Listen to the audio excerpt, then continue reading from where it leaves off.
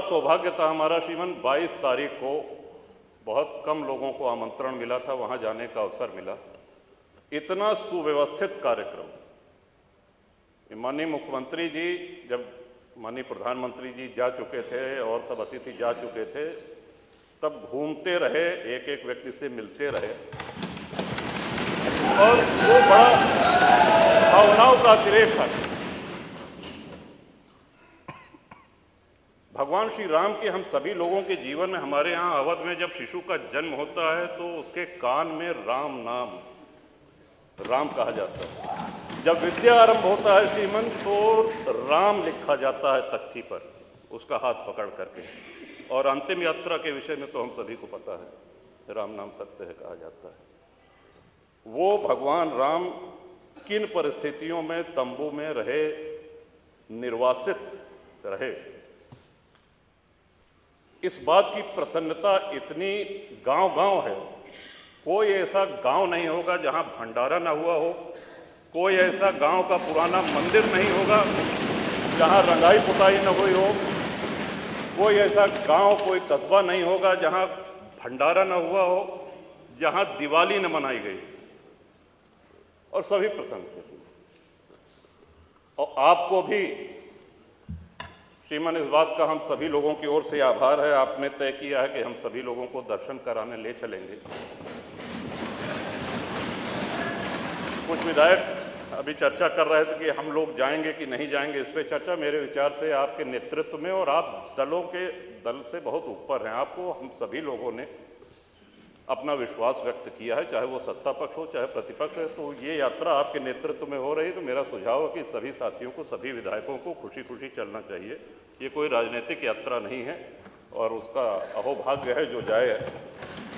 आपके माध्यम से श्रीमान एक और निवेदन करना चाहते हैं। श्री राम मंदिर निर्माण में कितनी भावनाएं जुड़ी हुई हैं, इसका अंदाजा इस बात से भी लगाया जा सकता है कि अयोध्या और उसके आसपास के सूर्यवंशी क्षत्रियों ने पिछले 500 वर्ष से साफा नहीं बांधा, पगड़ी नहीं बांधी, छाता नहीं लगाया। विवाह में दूल्हे को साफा बांधा जाता है, पगड़ी बांधी जाती।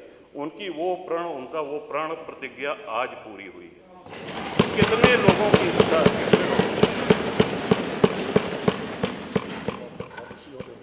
आप ही के माध्यम से श्रीमान ये भी अनुरोध करना चाहेंगे, माननीय मुख्यमंत्री जी का भाषण, माननीय प्रधानमंत्री जी का भाषण सुनने का अवसर मिला। वहाँ पे भगवान राम की इस जय यात्रा में जितने सहयोगी थे, जितने उनके भक्त थे, सभी को स्थान दिया गया है। जटायु जी की प्रतिमा है, निषाद राज जी की प्रतिमा है, वहाँ बनेगी निर्माणा की, माता शबरी की प्रतिमा है। लेकिन हमारे जैसे अज्ञानी लोग जो संस्कृत नहीं जानते हैं, अगर प्रभु राम की महिमा से परिचित हुए हैं तो पूरा श्रेय गोस्वामी तुलसीदास जी को जाता है।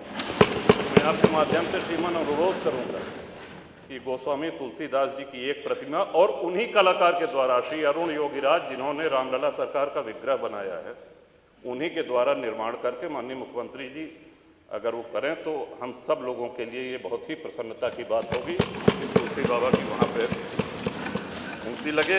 कवि बेनी श्रीमन हुए, उन्होंने तुलसी बाबा के लिए कहा था कि वेद मत शोध शोध शोध के पुराण सब, संत और असंतन को भेद को बताओ तो, कपटी कुराही क्रूर कलि के कुचाली जीव, कौन राम नाम हो की चर्चा चलाओ तो।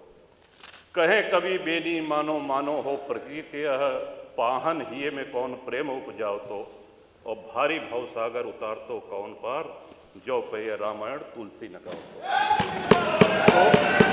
तुलसीदास जी की वाणी, उनके ग्रंथ को कितने श्रद्धेय कथावाचकों ने हम लोगों को सुनाया है और भवसागर पार